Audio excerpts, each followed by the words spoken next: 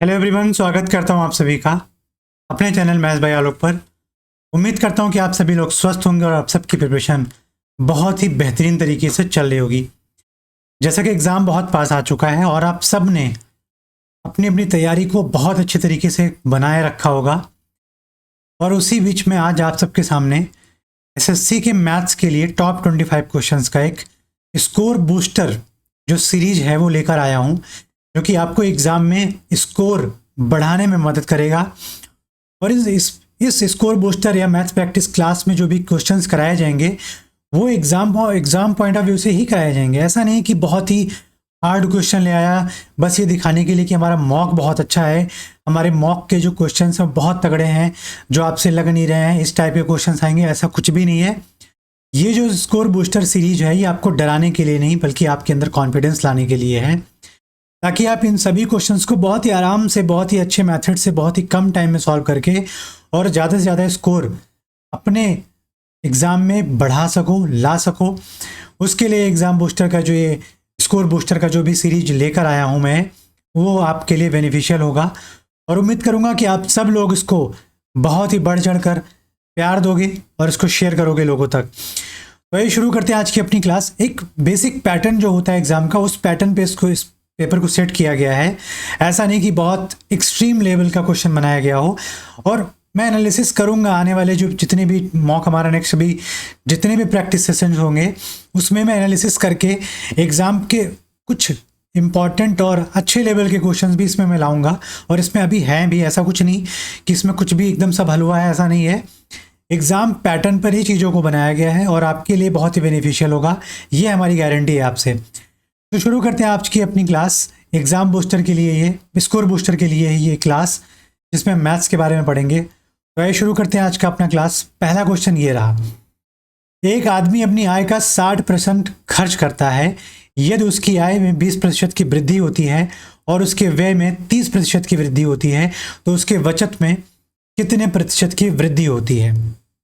अब सिंपल सी बात यहाँ पर ध्यान दीजिए, अगर एक आदमी अपनी आय का 60% खर्च करता है, 60% का मतलब होता है कि वो 5 में से 3 रुपये क्या करेगा, खर्च कर देगा, तो इसको एक्सपेंडिचर मान लेता हूँ।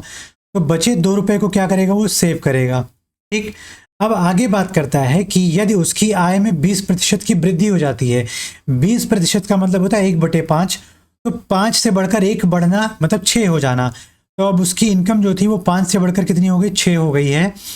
और उसके व्यय में 30% की वृद्धि हो रही है। 30% का मतलब क्या होता है, 3/10 मतलब 10 की वस्तु अब कितनी हो जाएगी, 13 हो जाएगी। क्वेश्चन में ये जो एक्सपेंडिचर था वो 10 नहीं बल्कि 3 था, मतलब 0.3 टाइम्स था।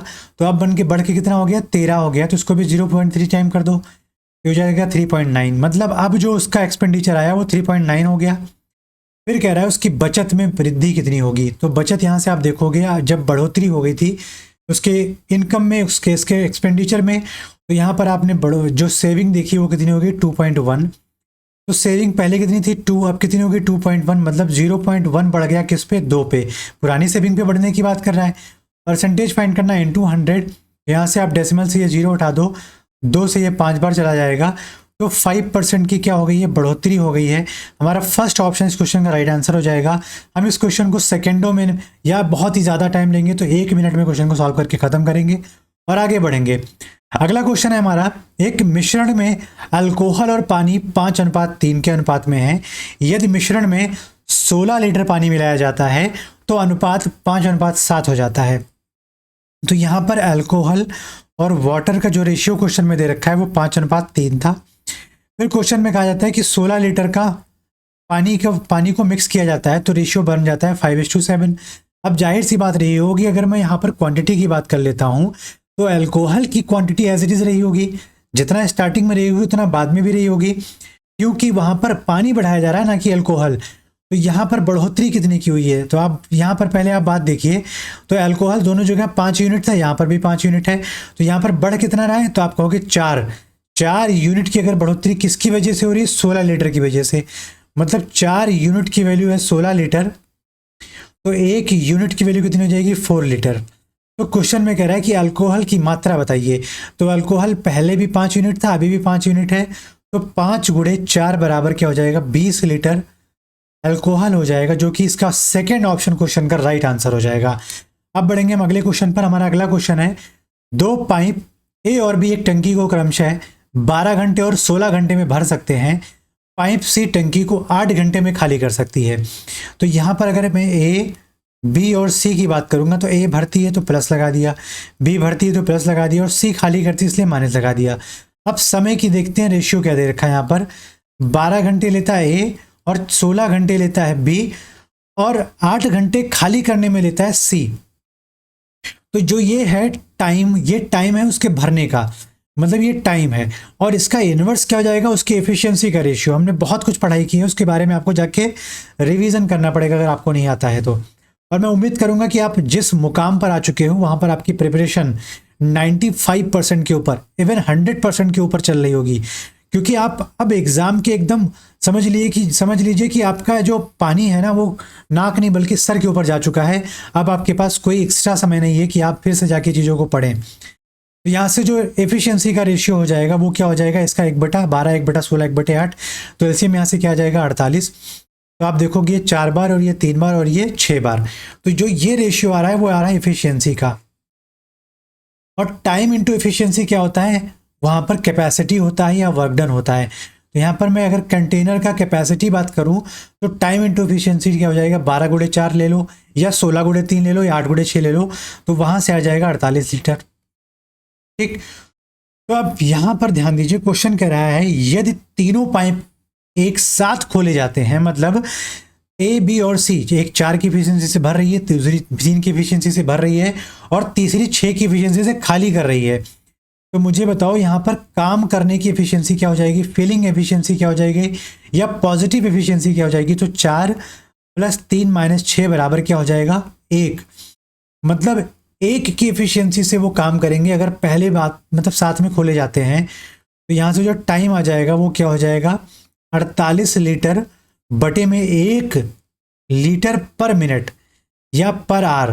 तो यहाँ पर आप देखोगे कि 1 की एफिशिएंसी से अगर काम कर रहे हैं तो 48 लीटर को कितने घंटे में भरेंगे, तो आप कहोगे 48 घंटे में भर देंगे तीनों मिलकर। तो हमारा जो सेकंड ऑप्शन होगा थर्ड क्वेश्चन का वो राइट आंसर होगा। हम बढ़ेंगे अगले क्वेश्चन पे। हमारा अगला क्वेश्चन कहता है एक कार्य को 12 दिनों में पूरा कर सकता है। ए एक कार्य को 12 दिनों में पूरा कर सकता है, बी उसी कार्य को 18 दिन में पूरा कर सकता है। ए 12 और बी 18। तो यहां से टाइम देख रहे हो आप, तो एफिशिएंसी का रेशियो क्या हो जाएगा, तो आप कह सकते हो एफिशिएंसी क्या इसका इन्वर्स हो जाएगा। तो यहां से आप 1/12 1/18 से कह सकते हो, ये हो जाएगा 3 और ये हो जाएगा 2। ठीक, ये हो जाएगा 3, ये हो जाएगा 2। तो यहां से जो वर्क डन आ जाएगा वो टाइम इंटू एफिशिएंसी, मतलब 12 × 3 बराबर हो जाएगा 36। अब क्वेश्चन कराए कि यदि वे 6 दिनों के लिए एक साथ काम करते हैं, तो एक 3 और एक 2 की एफिशिएंसी से साथ में अगर काम करेंगे तो टोटल एफिशिएंसी कितनी, 5। कितने दिन साथ में काम कर रहे हैं, 6 दिन।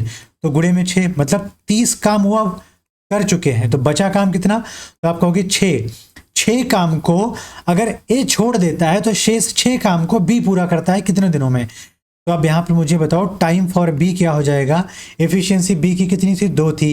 तो यहाँ पर काम में कितना था, 6 था बचा काम, और एफिशिएंसी 2 से आप देखोगे वहाँ पर समय जो आएगा वो 3 डेज आ जाएगा। इस क्वेश्चन का थर्ड ऑप्शन हो जाएगा राइट आंसर। पढ़ेंगे अगले क्वेश्चन पे। हमारा अगला क्वेश्चन कहता है the average of 11 results is 30। 11 परिणामों का औसत 30 है यदि पहले 6 परिणामों का औसत 32 और अंतिम 6 परिणामों का औसत अगर 29 है तो छठा परिणाम ज्ञात कीजिए। यहाँ पर अगर 11 परिणाम का औसत दे रखा है 30, तो मैं मान लेता हूँ कि हर परिणाम 30-30 नंबर के रहे होंगे, हर परिणाम में 30-30 नंबर का औसत रहा होगा। तो 6 परिणाम को अगर देखा जाए तो 6 में 2 एक्स्ट्रा हो रहा है, मतलब कहीं ना कहीं 2 बढ़ा है। तो इसका मतलब 6 × 2 बढ़ गया, कितना हो गया, 12। आप देख रहे हो 29 में तो 30 से 1 कम है, तो इसकी वजह से 6 × क्या हो जाएगा, -1। तो आप कह रहे हो -6।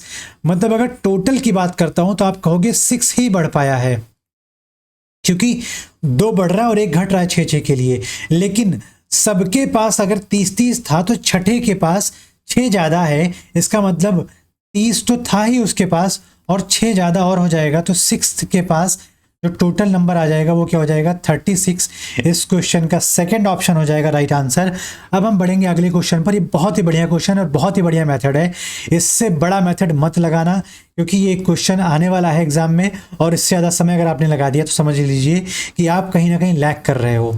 बढ़ेंगे अगले क्वेश्चन पे। हमारा क्वेश्चन है, एक बेईमान डीलर अपने माल को लागत मूल्य पर बेचने का दावा करता है, लेकिन वो बेचता नहीं है। बहुत ही दुष्ट और बदमाश किस्म का वो बेईमान डीलर है, और लेकिन वो 1 किलोमीटर के जगह पर 900 ग्राम के गलत वजन का उपयोग करता है। जाहिर सी बात है कि अगर वो 1 केजी बोलकर आपको 900 ग्राम देता है, तो जाहिर सी बात रही होगी वो आपसे दाम कितने का लेगा, 1000 ग्राम का।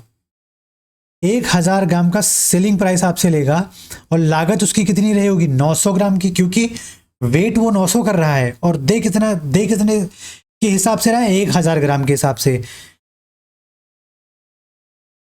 तो यहां पर वजन के हिसाब से अगर मैं प्रॉफिट लॉस की बात करूंगा तो भी सही होगा, और अगर मैं धन या मूल्य या रुपए के हिसाब से करूंगा तो भी सही होगा। तो यहाँ पे वजन के हिसाब से करता हूं। दिया कितना आपको, 900 ग्राम, और बोला कितना आपसे, लिया कि दिखाया कितना आपको, 1000 ग्राम। तो लेगा तो आपसे पैसे 1000 ग्राम के ना, तो कितना ज़्यादा ले रहा है वो, 100 ले रहा है। किस पे ले रहा है, जितना उसने लगाया है। कितना लगाया, 900।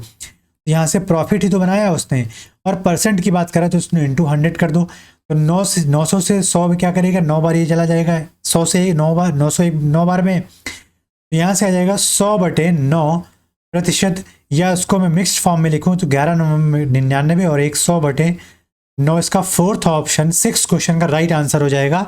बढ़ेंगे अगले क्वेश्चन पे। हमारा अगला क्वेश्चन कहता है, यदि ए और बी की आयु का अनुपात 3:5 है। यहाँ पर ए और बी की जो आयु का अनुपात है वो 3:5 है। 9 वर्ष के बाद अनुपात 3:4 हो जाता है, तो उनके उसमें से ए की वर्तमान आयु बताना है आपको। तो यहाँ पर सबसे बेहतर चीज़ है कि आप दोनों जगह का रेशियो के बीच का डिफरेंस देखो तो अलग अलग है, लेकिन इसके लिए मैंने बताया है कि यहाँ का डिफरेंस क्या है, 2, यहाँ का डिफरेंस क्या है, 1।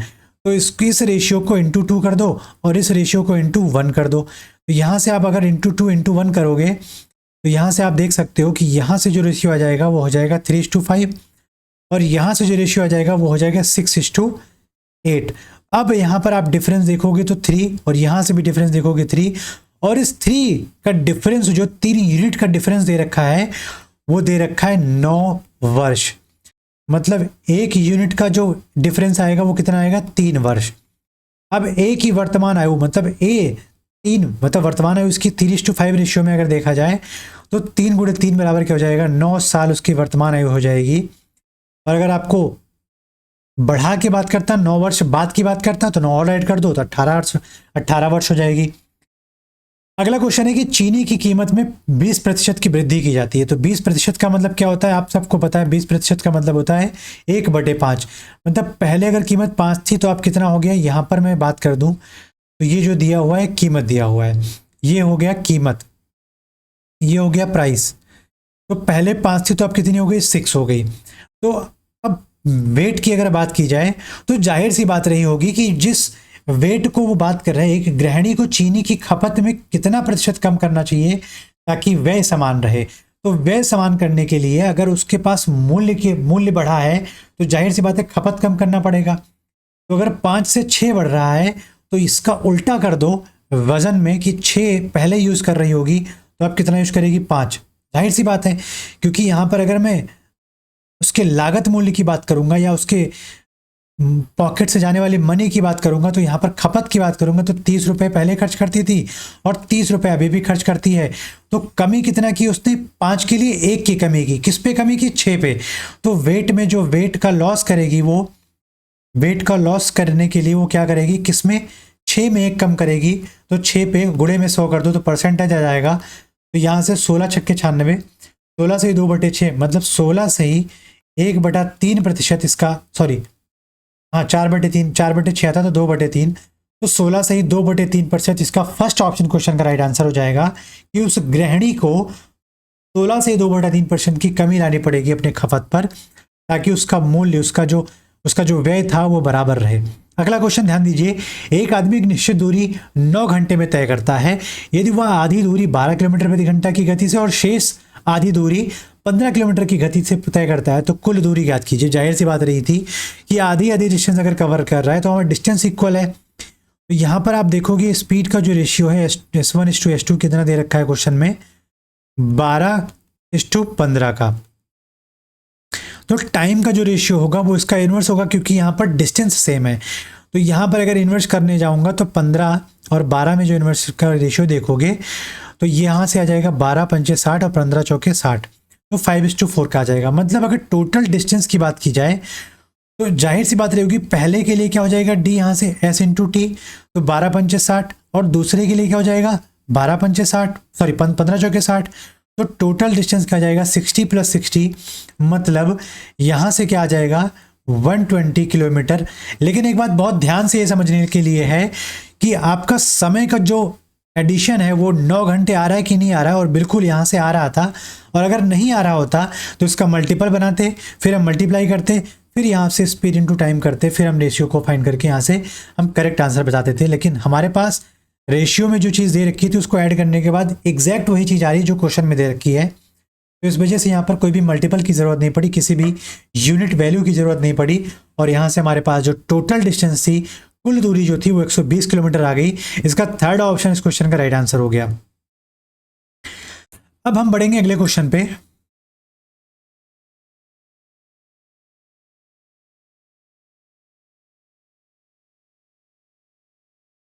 यदि 10 पुरुष एक कार्य को 20 दिनों में कर सकते हैं, M1 की बात कर दिया इसने, और D1 की बात करिए 20 दिनों में, और यहां पर मैन है, ठीक है, तो कितने पुरुषों की उसको उसी कार्य का 3/4 भाग 15 दिनों में करना पड़ेगा। तो मैंने मान लिया यहाँ पर W1 हमारे पास एक कंप्लीट है, उसी का 3/4 वो दूसरे पार्ट में करेगा। तो क्वेश्चन ने पूछा M2 की वैल्यू बता दो। अगर D2 दे रखा है यहाँ पर 15 दिन, और W2 दे रखा है आपको 3/4, तो M1 D1 अपॉन W1 बराबर होगा M2 D2 अपॉन W2। तो यहाँ से आप M1 देखोगे 10 गुणे में D1 दिया है 20, और वर्क हमारा पहले वाले में 1 यूनिट था, दूसरे वाले में M2 हमें फाइंड करना है। D2 हमारे पास दे रखा है 15, और काम हमारे पास है 3/4। अब हम बढ़ेंगे अपने अगले स्टेप पे। क्रॉस मल्टीप्लाई अगर कर दूं यहाँ से, तो आप देख सकते हो कि 10 गुणे 20 गुणे 3/4 बराबर M2 गुणे 15, ठीक है। तो यहाँ से 4 से ये 5 बार जाएगा, और 5 3 15, इस 15 को एक बार में कट कर देगा। तो M2 मतलब दूसरे ग्रुप में जो लोगों की संख्या थी, पुरुषों की जो संख्या थी, वो कितनी आ गई 10 पुरुष कैसे आ सकता है यहाँ पे।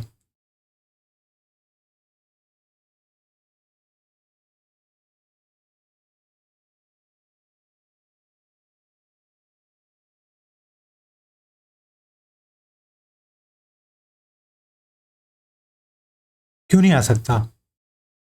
अच्छा हाँ, ठीक है ठीक है ठीक है, क्योंकि वहां पर वर्क डन कम किया गया था और यहाँ पर टाइम भी कम हो गया, इस वजह से 10 आ गया। सही है, बिल्कुल सही आंसर है। तो इसका सिंपल से मतलब कह सकते हो कि अगर वो 10 लोग मिलकर 15 दिन काम करते तो उस काम का 3/4 भाग ही पूरा कर पाते, ठीक है।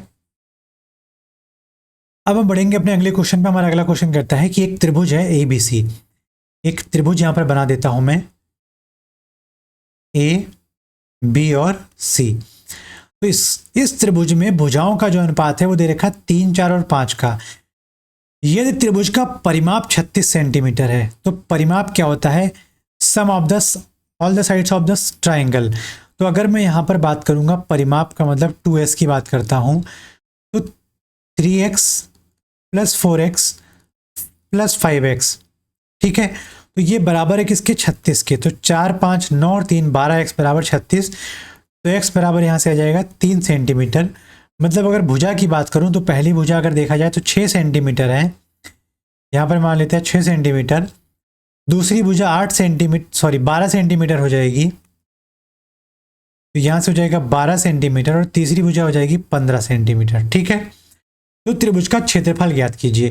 त्रिभुज के क्षेत्रफल का सबसे बेहतरीन फार्मूला अगर इस क्वेश्चन के लिए अप्लाई किया जाए तो हीरोन्स फार्मूला अप्लाई कर सकते हो। यहाँ से s की अगर 2s बराबर 36 है तो s बराबर हो जाएगा क्या, 18 सेंटीमीटर। तो हीरोन्स फार्मूला अगर यहाँ पर अप्लाई करेंगे s s minus a, s minus b, s minus सी।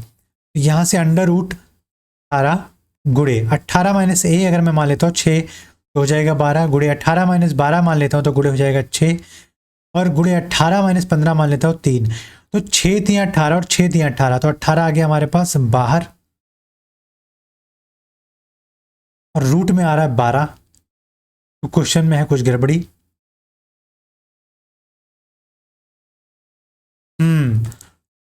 यहां से 3 तिया 9 दिया हुआ है, 3 तिया 9 दिया हुआ है, ना कि 6। तो 18 से 9 अगर जाएगा तो 9 ही आएगा ना यहाँ पे। तो अब ये 6 तिया 18, 6 तिया 18 बाहर आ गया, अंडर रूट में 9 बराबर 18। इस रूट 9 को रूट से बाहर लाएंगे तो इंटू में 3 हो जाएगा 54 सेंटीमीटर स्क्वायर इसका एरिया हो जाएगा। हमारा थर्ड ऑप्शन क्वेश्चन का राइट आंसर हो जाएगा। कैलकुलेशन पे जरूर ध्यान रखिएगा एग्जाम में। नेक्स्ट क्वेश्चन है, यदि किसी वृत्त की त्रिज्या 48 सेंटीमीटर है, किसी वृत्त की त्रिज्या अगर यहाँ पर आपसे पूछ रहा है कि 48 सेंटीमीटर है और चाप की लंबाई 15 सेंटीमीटर है, तो जाहिर सी बात है कि वो डायग्राम कुछ यूं रहा होगा। और इस चाप की अगर वो बात कर रहा है जो कि 15 सेंटीमीटर है, तो त्रिज्या अगर 48 सेंटीमीटर है, रेडियस यहाँ पर 48 सेंटीमीटर है, और चाप मतलब आर्क की अगर बात कर रहा है तो यहाँ से आप देख सकते हो 15 सेंटीमीटर है। लेकिन जब कुछ ऐसे सेक्टर्स बनाए जाएं तो उसके आर्क का जो फॉर्मूला होता है वो क्या हो जाएगा, theta upon 360 degree into 2 pi r. तो यहाँ पर एंगल कितना रहा होगा, थीटा रहा होगा। और क्वेश्चन में आर्क दे रखा है 15 सेंटीमीटर, और उसके त्रिज्य खंड के क्षेत्रफल की बात कर रहा है, उस सेक्टर की क्षेत्रफल की, मतलब इस अंदर वाले सेक्टर का क्षेत्रफल की बात कर रहा है। तो क्षेत्रफल क्या हो जाएगा आपको पता होना चाहिए, एरिया का फॉर्मूला हो जाएगा theta upon 360 degree into pi r square. तो यहाँ से अगर मैं थीटा अपॉन 360 नहीं पता है तो मैं यहाँ से इसको सीधे पुट कर सकता हूँ वहाँ पे एरिया के लिए। तो थीटा अपॉन 360 अगर मैं यहाँ पर फाइंड करने जाऊँ तो आप कह सकते हो 15/2 पाई आर हो जाएगा। ठीक है, तो यहाँ पर आप देखो एरिया क्या हो जाएगा, एरिया बराबर थीटा अपॉन 360 की प्लेस पे मैं ये वाली वैल्यू लिख सकता हूँ 15/2 पाई आर इंटू में पाई आर स्क्वायर। तो पाई से पाई घट गया, आर एक आर से इसका पावर हट जाएगा। तो यहाँ पर अगर मैं आर देखूँ तो क्या था, 48 था। तो 15/2 गुणे में 48, ये 2 जाएगा 24 टाइम्स, तो 15 चौके 60 और 15 दूना 30 और 6 36, तो 360 सेंटीमीटर स्क्वायर त्रिज्य खंड का क्या आ जाएगा, एरिया आ जाएगा। बी ऑप्शन इस क्वेश्चन का राइट आंसर हो जाएगा। अगला क्वेश्चन है कि ये त्रिभुज एबीसी में एडी बीसी भुजा की माध्यिका है। अगर ये जो देख रहे हो डी एडी इस बीसी भुजा की माध्यिका है, और AB की लेंथ दे रखी है 10 सेंटीमीटर, और AC की लेंथ दे रखी है 14 सेंटीमीटर, और BC की लेंथ दे रखी है 12 सेंटीमीटर। तो लेंथ AD की बात कर रहा है वो। तो जब भी किसी माध्यिका की बात करता है तो माध्यिका का फॉर्मूला क्या हो जाता है, मीडियन का फॉर्मूला जो हो जाता है। अगर आप मीडियन फाइंड करने जा रहे हो A के लिए तो यहां से ध्यान दीजिए, अंडर रूट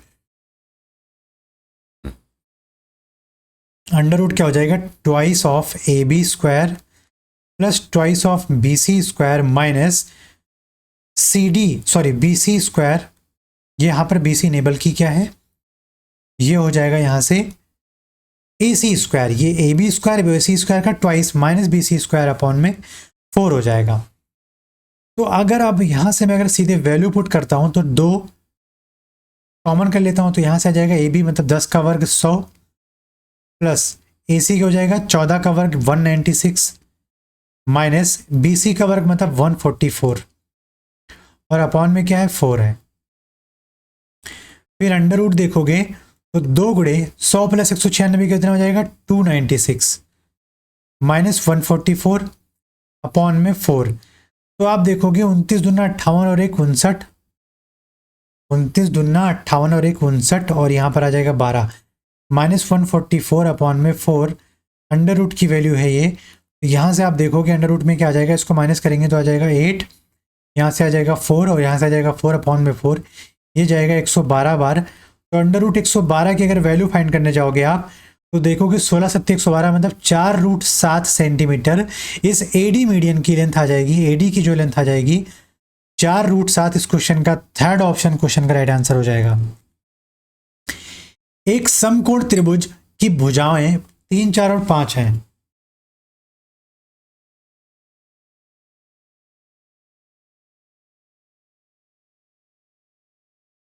अगर आपसे कोई बोले एक समकोण त्रिभुज है जिसकी भुजाएं 3, 4 और 5 हैं, तो जाहिर सी बात है कि बड़ी भुजा उसका कर्ण हो जाएगा, बाकी दो छोटी भुजाएं लंब और आधार हो जाएंगी। तो ये अगर 90 डिग्री है और यहां पर यदि कर्ण की एक कर्ण 20 सेंटीमीटर है, ठीक है, तो हाइपोटेन्यूज की बात कर रहा है, अगर 20 सेंटीमीटर है तो 5 की वैल्यू क्वेश्चन में 20 सेंटीमीटर दे रखी है, तो 3:4:5 में से 5 की वैल्यू अगर 20 सेंटीमीटर है तो 3 का देखो, आप पहले इसको देखो 4 गुने पे है, तो दोनों को 4 गुने कर दो, तो ये हो जाएगा 12 सेंटीमीटर, ये हो जाएगा 16 सेंटीमीटर। मतलब इसके प्लेस पे अगर लिखना चाहो तो इंटू में 4 करके आप देखोगे 12 सेंटीमीटर, और इंटू में 4 करके देखना चाहोगे तो क्या हो जाएगा 16 सेंटीमीटर। तो area of right angle triangle क्या होता है, राइट एंगल ट्राइंगल क्या हो जाएगा 1/2 इंटू बेस इंटू हाइट। तो यहाँ से 1/2 बेस आपका क्या है 16, हाइट का मतलब परपेंडिकुलर जो कि आपके पास आ गया 12, तो 2 से 6 बार जाएगा, और 16 छक्के क्या होता है 96 सेंटीमीटर स्क्वायर। इस क्वेश्चन का फर्स्ट ऑप्शन हो जाएगा राइट आंसर। अगला क्वेश्चन देखिए, ट्रिग्नोमेट्री का एक क्वेश्चन है और प्रीवियस ईयर में आया हुआ question, cot theta plus ten theta. ये प्रीवियस ईयर नहीं बल्कि एसएससी के इस वर्ष में आया हुआ क्वेश्चन है। Cot theta plus ten theta into में cosec theta minus sine theta into में cos theta minus sec theta is equals to क्या होगा। तो आप अगर ऐसे क्वेश्चन आया करें तो वहां पर या तो साइन कॉस में कन्वर्ट करो, जो कि बहुत लंबा प्रोसेस है। इसके अलावा आप सीधे के सीधे 45, 30 और 60 एंगल यहाँ पर पुट कर दो तो आप चीज़ों को बहुत जल्दी सॉल्व कर सकते हो। तो यहाँ पर मैं थीटा अगर 45 पुट करता हूँ तो कॉट 45 कितना हो जाएगा 1, प्लस टेन 45 कितना हो जाएगा 1, कॉसेक 45 कितना हो जाएगा √2, माइनस साइन 45 कितना हो जाएगा 1/√2। और मैं उम्मीद करता हूँ कि सारा जो सारी वैल्यूज़ हैं ये आप सबको पता है, और उम्मीद करता हूँ यार पता होनी चाहिए क्योंकि एग्जाम सर पे आ चुका है ये, और ट्रिग्नोमेट्री का क्लास 9th और 10th की चीज़ें छोटे छोटे बच्चों को आता होगा। तो कॉस 45 कितना हो जाएगा 1/√2, माइनस सेक कितना हो जाएगा 45 पे √2।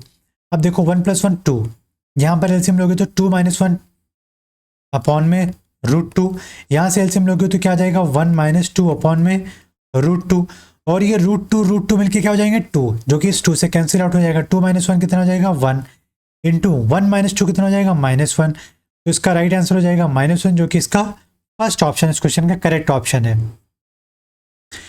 यदि x y के वर्ग के व्युत्क्रमानुपाती है और जब y बराबर 2 हो तो x बराबर 18 है, तो x का मान ज्ञात कीजिए जब y बराबर 3 है। पहली बात तो x का व्युत्क्रमानुपाती कौन है 1/y का स्क्वायर, मतलब अगर x बराबर लिखूं तो k/y² लिख सकता हूं। आप कहोगे बिल्कुल लिख सकते हो क्योंकि प्रोपोर्शनैलिटी कांस्टेंट k यहाँ पर लाना पड़ेगा।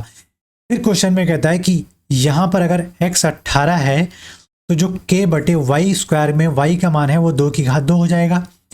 तो k का मान यहाँ से क्या देख सकते हो 18 गुणे 2 दूनी 4, क्रॉस मल्टीप्लीकेशन करने के बाद 18 गुणे 72 आ जाएगा। 18 गुणे 4 बराबर k का मान आ गया 72। लेकिन जो ये आपने ये वाला फॉर्मूला ये वाला जो इक्वेशन बनाया है हर जगह लाई करेगा। अब क्वेश्चन करा x का मान बताओ, अगर यहाँ पर k/y का मान 3 दिया हुआ तो 3 का वर्ग कर दो, लेकिन k का मान भी तो रखना पड़ेगा 72/3 × 9, तो 9 से 8 बार जाएगा।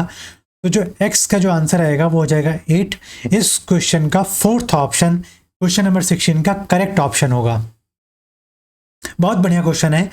बहुत से लोग प्रोपोर्शनैलिटी कांस्टेंट को नहीं हटाएंगे, फिर वहां पर वो गलती करेंगे और क्वेश्चन का रॉन्ग आंसर लेके अपने नंबर को माइनस करवाएंगे। अगला क्वेश्चन, एक वृत्ताकार वलय का क्षेत्रफल 770 वर्ग सेंटीमीटर है। वलय मतलब सर्कुलर रिंग की बात कर रहा है। ये कुछ एक ऐसे फॉर्म में कुछ ऐसे फॉर्म में होगा, मतलब दूसरा वाला जो होगा वो कुछ ऐसे होगा।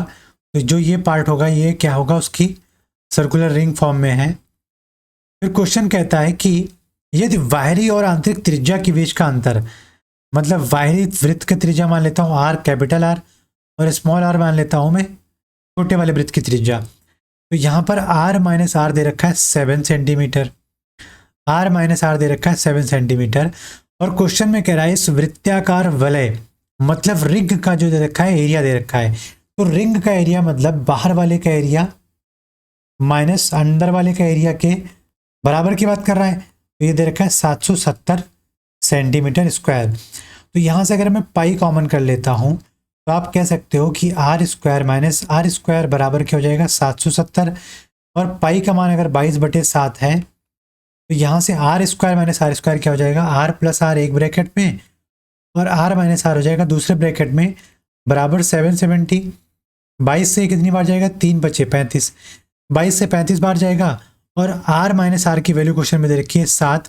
तो यहाँ से आर प्लस आर गुणे में 7/7 बराबर 35। तो ये 7 से 7 कैंसिल आउट हो जाएगा।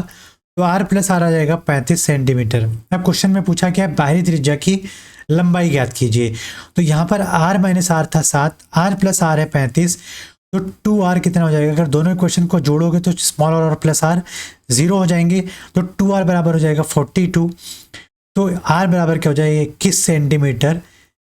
इस क्वेश्चन में बड़े वाले वृत्त का रेडियस हो जाएगा 21 सेंटीमीटर, जो कि फर्स्ट ऑप्शन इसका करेक्ट ऑप्शन हो जाएगा। अगला क्वेश्चन कहता है 3 सॉलिड स्फीयर्स को अगर डायमीटर है 6 सेंटीमीटर, 8 सेंटीमीटर और 10 सेंटीमीटर, ये 6 वाला, ये 8 वाला और ये 10 सेंटीमीटर वाला अगर स्फीयर आपके पास है, ये 6 है और ये 8 है, ये 10 है, और इन तीनों को पिघला के अगर एक हमारे पास एक ठोस गोला बनाया जाता है, एक और गोला बना दिया गया है जो कि बहुत बड़ा सा बनेगा, जाहिर सी बात है। तो यहां से आप देख सकते हो इस गोले का जो रेडियस होगा वो क्या होगा। लेकिन अब आपको एक बात समझनी पड़ेगी कि अगर ये तीनों गोले को पिघला के बनाया जा रहा है ये वाला गोला, तो इनकी आयतन, तीनों का जो आयतन का सम होगा इस बड़े वाले गोले के आयतन के बराबर होगा। तो आयतन का फॉर्मूला क्या होता है, गोले का आयतन होता है 4/3 पाई आर क्यूब।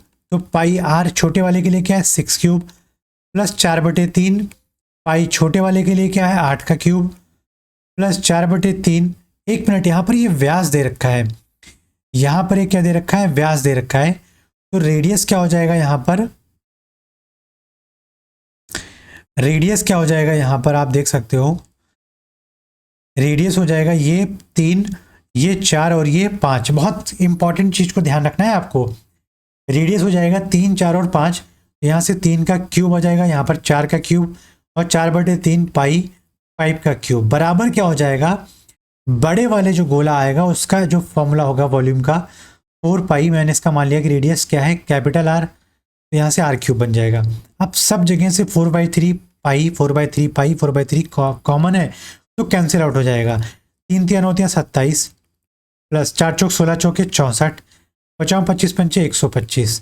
ये सब कुछ बराबर है आर क्यूब के। यहाँ से 125 और 64 ऐड करोगे तो आ जाएगा 189, और 189 में अगर 27 ऐड करोगे तो आ जाएगा 216 सेंटीमीटर क्यूब, जो कि बराबर है आर क्यूब से, आर क्यूब के। तो आर बराबर क्या हो जाएगा, क्यूबिक रूट क्या हो जाएगा 216 का 6 सेंटीमीटर। इस क्वेश्चन का राइट आंसर हो जाएगा 6 सेंटीमीटर, जो कि थर्ड ऑप्शन है। वह सबसे छोटी संख्या ज्ञात कीजिए, वह सबसे छोटी संख्या ज्ञात कीजिए जिसे 12, 15, 18 से विभाजित करने पर शेषफल क्रमशः 5 बचता है। तो जाहिर सी बात कर रहा है कि 12, 15 और 18 से जो सबसे छोटी संख्या भाग होगी उसका एलसीएम होगा, लेकिन वो भाग नहीं हो रही है बल्कि 5 शेषफल आ रहा है। तो जो भी एलसीएम होगा उसमें 5 बढ़ा दो। मैंने यहाँ पर बताया है कि एलसीएम लेने का सबसे बेहतरीन तरीका है कि अगर मैंने मान लिया कि एलसीएम 18 है तो 18 में देखो 12 का क्या आ गया, यहाँ पर 6 आ गया लेकिन 2 नहीं आया, तो इंटू 2 कर दो। लेकिन 18 दूना 36 में 15 का 3 आ गया लेकिन क्या नहीं आया, 5 नहीं आया, तो ये क्या हो गया, इसका एलसीएम हो गया। 18 दूना 36 पंचे 180 क्या हो जाएगा एलसीएम। और ऐसा नंबर क्या है जो उसको डिवाइड करे और एलसीएम हमारे पास, सॉरी शेषफल हमारे पास क्या आ जाए 5, तो +5 कर दो, तुम्हारे पास जो नंबर हो जाएगा वो हो जाएगा 185। इस क्वेश्चन का थर्ड ऑप्शन हो जाएगा करेक्ट ऑप्शन। अगला क्वेश्चन है, एक आदमी 2 वस्तुओं को समान मूल्य पर बेचता है, मतलब यहाँ पर सेलिंग प्राइस इक्वल हो जा रही है। एक पर उसे 20% का लाभ मिलता है। फर्स्ट वाले पर अगर मैं बात करूँ तो सीपी और एसपी का अगर रेशियो देखूं तो 20% का लाभ का मतलब है 5 की वस्तु को 1 बढ़ा के 6 में बेच रहा होगा, और दूसरे वाले वस्तु पर उसको 20% की हानि होती है। तो 20% की हानि का मतलब हो गया 5 की वस्तु को 4 में बेच रहा होगा। लेकिन क्वेश्चन में बोला है कि सेलिंग प्राइस इक्वल होना चाहिए, तो यहाँ पर 6, यहाँ पर 4, तो यहाँ पर अगर मैं 2 और यहाँ पर अगर 3 से मल्टीप्लाई कर दूँ इस रेशियोज़ को, तो जो नया रेशियो आ जाएगा पहले वाले के लिए हो जाएगा 10:12, और यहाँ से आ जाएगा 15:12। अब आप देख सकते हो सेलिंग प्राइस दोनों के लिए इक्वल है। तो क्वेश्चन ने पूछा है कि कुल लाभ या हानि बताओ, तो कुल लाभ टोटल सेलिंग कॉस्ट प्राइस यहाँ से क्या आ जाएगी 25, और यहाँ से टोटल सेलिंग प्राइस आ जाएगा 24। मतलब 25 रुपये उसने खर्च किए और उसको मिले कितने 24, तो नुकसान कितना हुआ, ऑब्वियस सी बात है नुकसान हो रहा होगा। तो यहाँ पर लॉस परसेंटेज, तो एक का नुकसान किस पे 25 का परसेंटेज निकाला इंटू 100 कर दो, तो 25 चौके 100, तो 4% का उसको क्या हो रहा होगा लॉस हो रहा होगा। इस क्वेश्चन का थर्ड ऑप्शन हो जाएगा राइट आंसर। एक निश्चित राशि पर 10% प्रति वर्ष की दर से 2 वर्ष के लिए चक्रवृद्धि ब्याज और साधारण ब्याज के बीच का अंतर अगर 25 रुपये है तो मूलधन ज्ञात कीजिए। हमने एक फॉर्मूला बताया है आपको, difference for 2 years upon 1/r का whole square is equals to क्या हो जाएगा यहाँ से, हाँ प्रिंसिपल। तो आप देखो डिफरेंस यहाँ पे दे रखा है 25, 1/r मैंने आपको क्या बताया है, पहली बात तो r निकालने के लिए क्या करना पड़ेगा 10% दिया हुआ है, तो 1/r क्या हो जाएगा 1/10, ठीक। लेकिन 1/10% हो रहा है, मतलब यहां से अगर आप देखोगे तो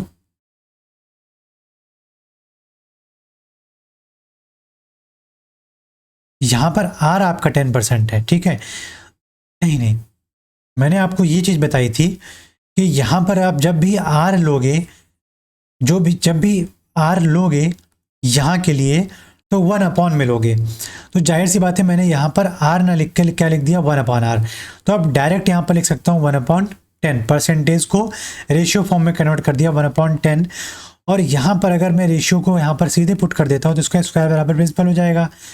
तो 25/1 क्या हो जाएगा 100 बराबर p, तो p क्या हो जाएगा ये 100 यहाँ चला जाएगा अपॉन में 1 करने पर, ये 1 यहाँ आ जाएगा, तो हमारा जो प्रिंसिपल आ जाएगा वो 2500 रुपये इस क्वेश्चन का फोर्थ ऑप्शन हो जाएगा करेक्ट ऑप्शन।